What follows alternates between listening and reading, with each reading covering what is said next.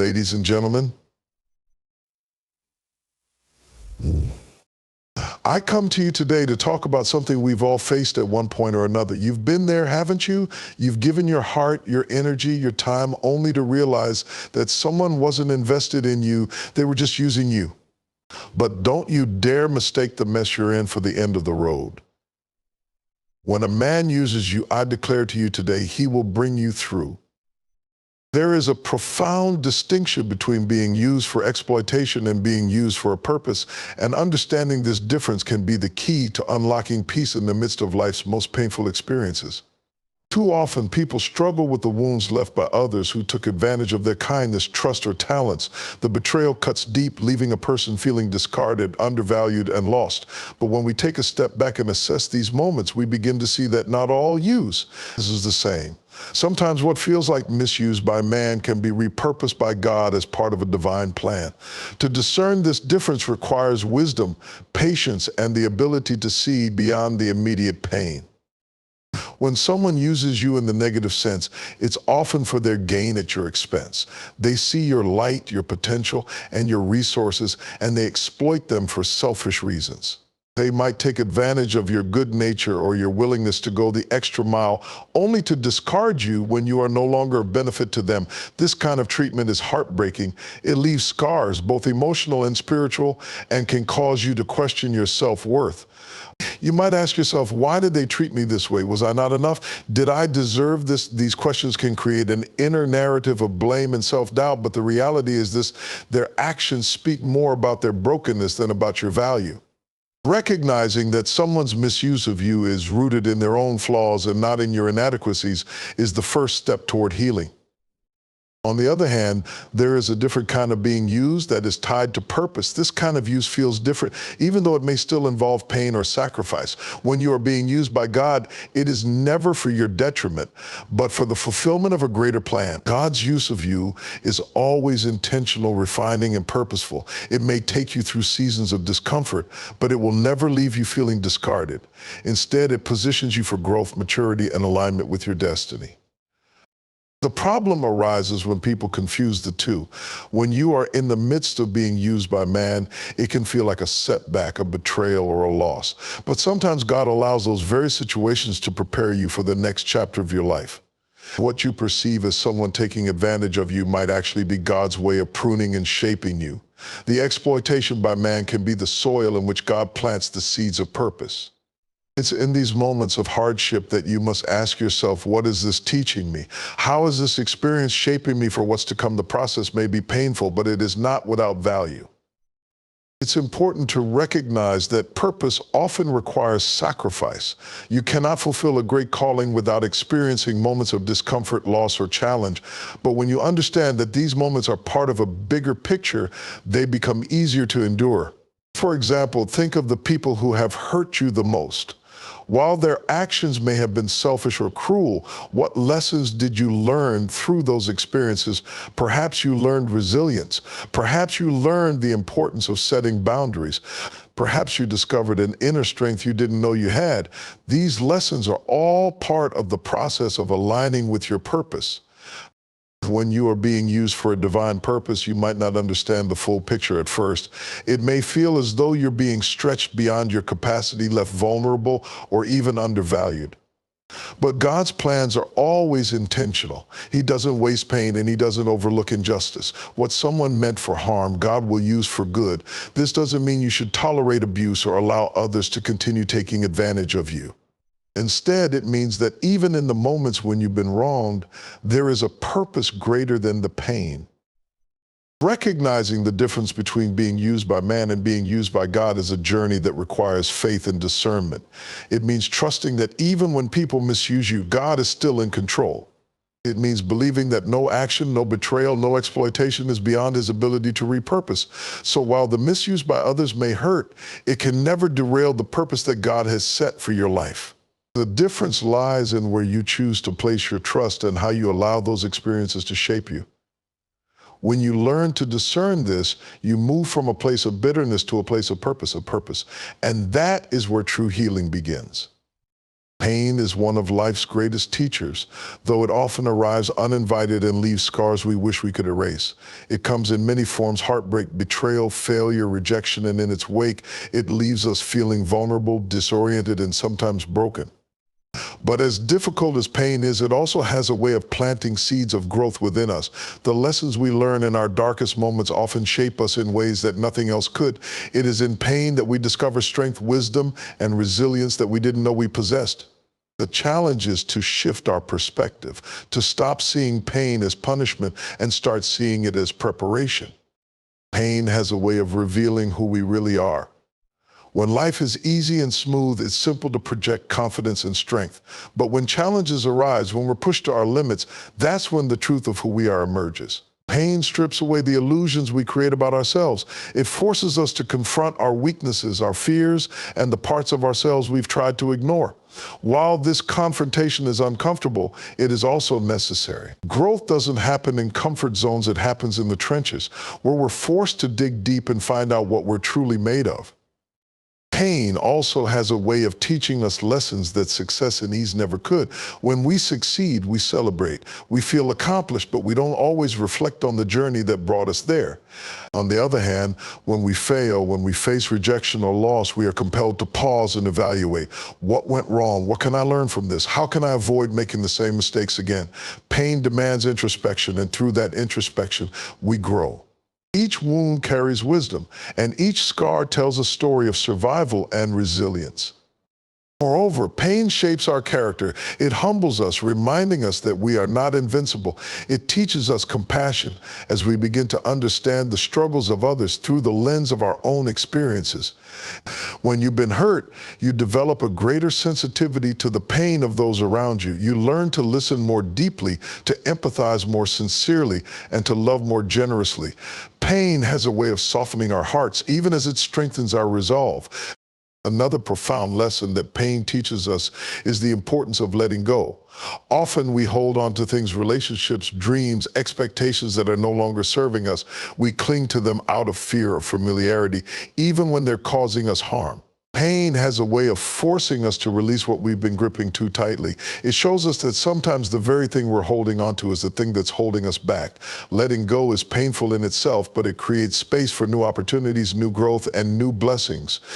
Pain also teaches us the value of patience. When we're in the midst of hardship, it can feel endless, as though the weight of our struggles will never lift. But over time, we begin to see that seasons change. Just as the darkest night eventually gives way to dawn, pain has a way of subsiding, making room for healing and renewal. This process teaches us to trust in the timing of life, to understand that growth takes time and that no storm lasts forever. One of the most powerful lessons pain teaches is the importance of perspective. Pain can make us feel powerless, as though we are victims of circumstances beyond our control. But when we shift our perspective, we begin to see that pain is not just something that happens to us, it is something that happens for us. It molds us, shapes us, and refines us. The fire that feels like it's burning us alive is the same fire that purifies gold. The struggle that feels like it's breaking us is the same struggle that is building us. Ultimately, pain teaches us to find purpose in our struggles. It challenges us to take what we've been through and use it to create something meaningful. It encourages us to turn our pain into power, our wounds into wisdom, and our struggles into strength.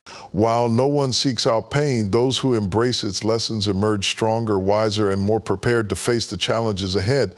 It is through pain that we grow, and it is through growth that we become the people we were meant to be. Life is full of moments that feel like detours, delays, or outright defeats. You pour your heart into something, a relationship, a career, a dream, only to see it crumble before your eyes. The weight of disappointment can be suffocating, and it's easy to believe that the setback you're facing is permanent. But here's the truth: not all setbacks are sentences. Just because you've been knocked down doesn't mean you're out. Just because the door has closed doesn't mean your journey has ended. Setbacks, though painful, are not the final chapter of your story. They are part of the process of becoming. Setbacks often feel like the end because they catch us off guard. We're rarely prepared for failure or disappointment. When the unexpected happens, it shakes us to our core and leaves us questioning everything: our plans, our purpose, even our worth. But what we perceive as the end is often just a pause, a chance to reassess and realign. Sometimes setbacks are life's way of redirecting us towards something better. The detour you didn't plan for might be the exact path you need to take to reach your destination. What feels like a dead end could actually be a divine reroute. Setbacks have a way of teaching us things success never could. When everything is going according to plan, we rarely stop to reflect. We assume that we're on the right track and that everything will continue to work out in our favor. But when a setback occurs, it forces us to pause and evaluate. It challenges us to look deeper, to question our motives, and to identify areas where we need to grow. Setbacks strip away the superficial and reveal what truly matters. They teach us resilience, perseverance, and the value of persistence. These lessons, though hard-earned, are invaluable. They prepare us for the challenges ahead and make us stronger for the journey. One of the most difficult things about setbacks is the sense of delay they bring. In a world that values speed and efficiency, any interruption to progress can feel devastating. But not all delays are wasted time. Sometimes the very thing you're waiting for is being prepared for you while you are being prepared for it. The setback isn't denying you, it's developing you. The delay isn't punishment, it's preparation. Growth takes time, and the process cannot be rushed. What looks like stagnation is often quiet progress beneath the surface. Seeds take time to grow, and so do you. Another important truth about setbacks is that they often reveal our hidden strength. When everything is going well, we coast along, rarely pushing beyond our comfort zones. But when we're faced with adversity, we're forced to dig deep and find strength we didn't know we had. Setbacks test our character and stretch our faith. They teach us to keep going, even when the road is rough, and to trust in the process, even when we can't see the outcome. Each time we overcome a setback, we grow stronger, more resilient, and more confident in our ability to face whatever comes next. Setbacks also have a way of revealing who and what truly belongs in our lives. When things fall apart, we're given the opportunity to re-examine our priorities and relationships. Some people in situations that seemed essential may no longer serve us in this new season. Setbacks clear the clutter and make space for what truly matters. They help us let go of what isn't aligned with our purpose and make room for new opportunities, relationships, and blessings. It's easy to feel defined by a setback, to believe that the failure or disappointment you've experienced says something about who you are, but you are not your mistakes and you are not your circumstances. A setback is an event, not an identity. It is a moment in time, not a life sentence. The way you respond to it is what truly matters. You have the power to choose how the story continues. Will you let the setback defeat you, or will you use it as a stepping stone to something greater? Setbacks may feel like the end, but they are often the beginning of something new. They push us to reevaluate, to grow, and to realign with our true purpose. They remind us that life is a journey, and no journey is without its obstacles. While the road may be bumpy, it is leading somewhere, and the destination is worth the struggle. So when you face a setback, remember it's not a sentence. It's a chapter, and the story isn't over yet. Resilience is one of the most powerful qualities a person can possess. It is the ability to recover from adversity, adapt to challenges, and keep moving forward in the face of difficulty. Life, as we all know, is unpredictable. It will knock you down, challenge your faith, and test your strength. But resilience is what allows you to rise after every fall, to push forward when everything in you says to give up, and to keep believing in better days, even when the present feels unbearable. Resilience doesn't mean you won't feel pain or experience setbacks. It means that despite them, you refuse to stay down. Resilience begins in the mind. It's a choice to focus not on the problem, but on the possibility of overcoming it. When challenges arise, it's natural to feel overwhelmed or defeated. But resilient people know how to shift their perspective. They don't dwell on the failure or the pain. Instead, they look for solutions, lessons, and opportunities to grow. This mindset is not about ignoring reality, but about refusing to let circumstances dictate their destiny. Resilient people understand that no matter how hard things get, they have the power to respond in a way that moves them forward. Pain and hardship are an inevitable part of life, but resilience transforms them into stepping stones. It's in the tough moments that resilience is built. You don't develop strength by avoiding challenges, you develop it by facing them head on. Every trial you endure adds another layer of strength, another piece of wisdom, another reminder that you are capable of withstanding what life throws at you. Resilience doesn't erase the pain, but it ensures the pain doesn't define you. It helps you see that even in the midst of struggle, there is the possibility of growth and transformation. Resilience also has a way of revealing what truly matters. When life shakes you, it forces you to let go of the superficial and focus on what is essential. Adversity strips away the distractions and clarifies your priorities. It reminds you of your strength, your purpose, and your ability to endure. Resilience helps you understand that setbacks and failures are not the end of your story, but a part of the journey. It allows you to hold on to hope, even when the circumstances seem hopeless. There's a profound beauty in resilience because it doesn't just help you survive, it helps you thrive. Resilience is not about simply getting through the storm, it's about learning how to dance in the rain. It's about finding joy in the midst of sorrow, purpose in the midst of chaos, and strength in the midst of weakness. Resilience teaches you that you are not defined by what happens to you, but by how you respond to it. It shows you that even in your lowest moments, you have the power to rise and create something beautiful out of your pain. Resilience also connects you to others. When you've been through hardships and found the strength to rise again, you're better equipped to help others do the same. Your resilience becomes a source of inspiration and encouragement to those who are struggling. It reminds them that they too can overcome their challenges. Resilience is not just a personal trait, it's a gift you can share with the world. Your story of perseverance can be the light that guides someone else out of their darkness. At its core, resilience is about hope. It's the belief that no matter how hard things get, they can and will get better. It's the refusal to give up, even when the odds are stacked against you. It's the determination to keep going, no matter how many times you fall. Resilience is not the absence of struggle, it's the refusal to let struggle have the final word. It's about standing back up time and time again, knowing that every fall makes you stronger, every setback brings you closer to your breakthrough, and every storm is shaping you into the person you were meant to become. Life has a way of putting us in situations where we feel used, discarded, and taken advantage of. The sting of exploitation is sharp, leaving us feeling betrayed, undervalued, and sometimes even broken. People may take advantage of your kindness, misuse your talents, or manipulate your trust for their own selfish gain. But while exploitation by others can feel like the ultimate defeat, it is often the very platform God uses to orchestrate your elevation. What people meant to harm you, God can transform for your good. In His hands, no act of exploitation is wasted. It becomes the raw material for a story of triumph, transformation, and purpose. When you are exploited, it can feel like all the power is in someone else's hands. You may feel trapped, as though your worth is determined by how others treat you. But God is not blind to what has happened to you. He sees the injustice, the mistreatment, and the pain. And while He does not condone exploitation, He has the sovereign ability to take what others intended to destroy you and turn it into a stepping stone for your destiny. God specializes in turning tables, taking the plans of those who seek to harm you and using them to bring you closer to your purpose.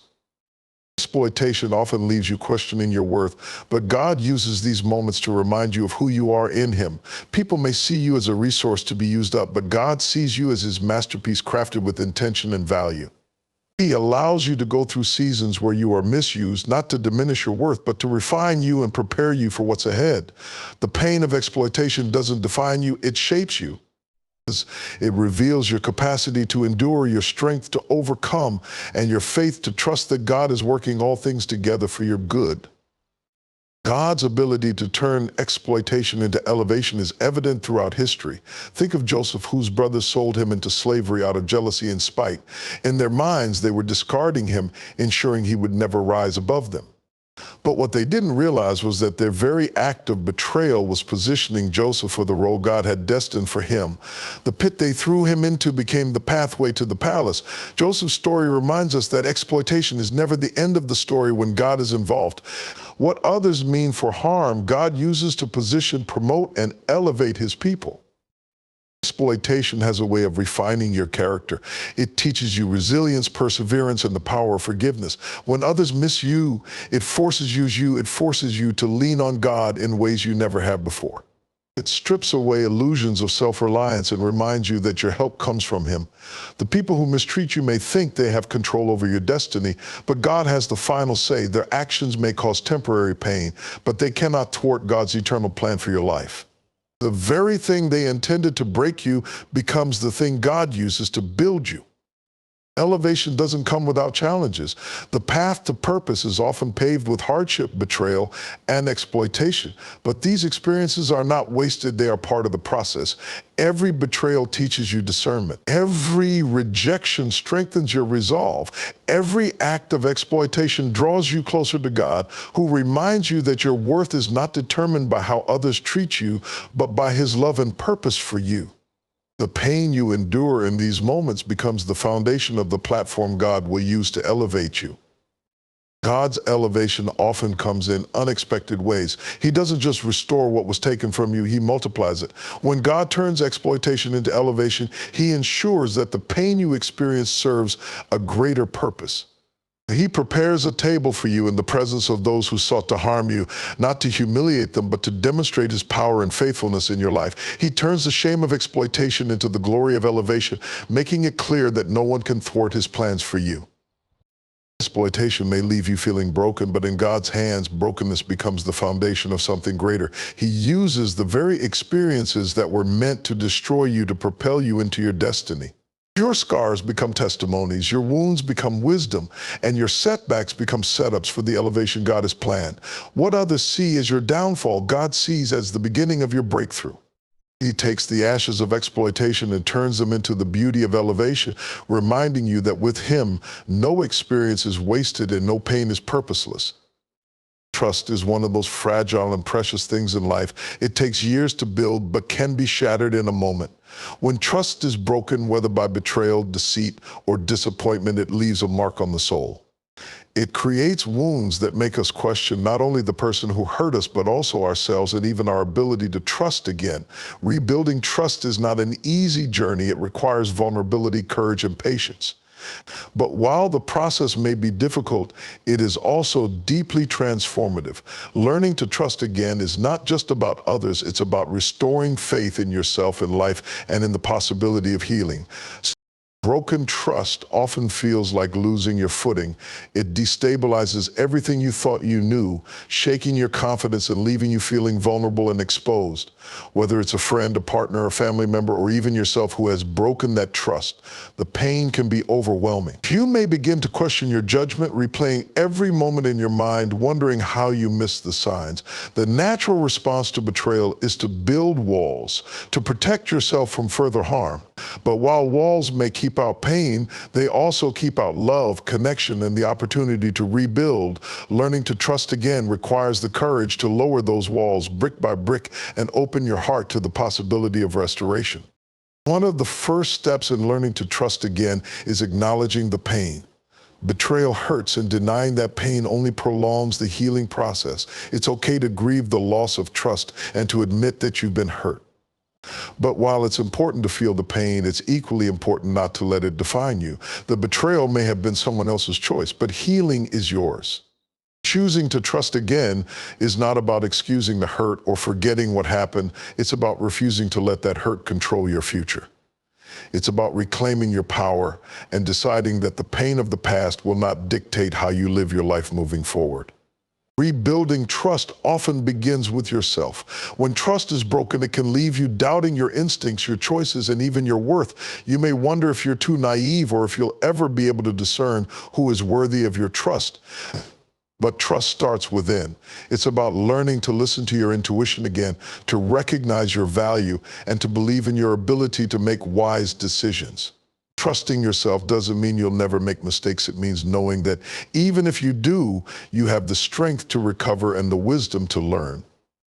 Forgiveness is another vital part of learning to trust again. Forgiveness doesn't mean condoning the hurt or allowing the person who broke your trust back into your life. It means releasing the hold that anger, bitterness, and resentment have on your heart. Holding on to the pain only keeps you tethered to the betrayal. Forgiveness is a gift you give yourself, a way of freeing yourself from the burden of the past so that you can move forward. It's not about the other person, it's about your peace and your freedom. Learning to trust again also involves discernment. Trust is not something that should be given away lightly, it must be earned. Rebuilding trust doesn't mean being reckless with your heart or ignoring red flags. It means learning how to balance vulnerability with wisdom. It's about recognizing that while not everyone is trustworthy, there are still people who are. It's about giving yourself permission to take small steps toward trust, testing the waters, and allowing relationships to grow gradually and authentically. Healing trust takes time. There's no shortcut or formula to rush the process. It's a journey, one that requires patience and grace. Some days you may feel ready to open up again, and other days the fear of being hurt will feel overwhelming. That's okay. Healing is not linear, and trust is not rebuilt overnight. What matters is that you keep taking steps forward, no matter how small they may seem. Each step is a declaration that you are choosing hope over fear, growth over stagnation, and connection over isolation. At its core, learning to trust again is about embracing the belief that brokenness is not the end of the story. It's about understanding that while trust may be fragile, it is also resilient. The wounds left by betrayal do not have to define your relationships or your future. With time, effort, and an open heart, trust can be rebuilt stronger, wiser, and more beautiful than before.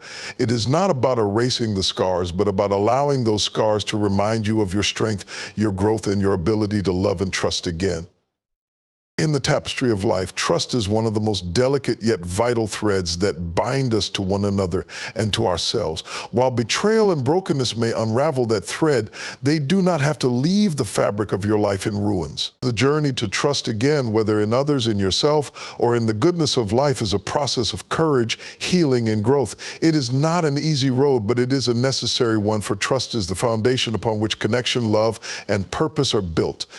Choosing to trust again is not about erasing the past or ignoring the lessons it taught you. It's about stepping forward with wisdom and an open heart, recognizing that while pain may have shaped you, it does not define you.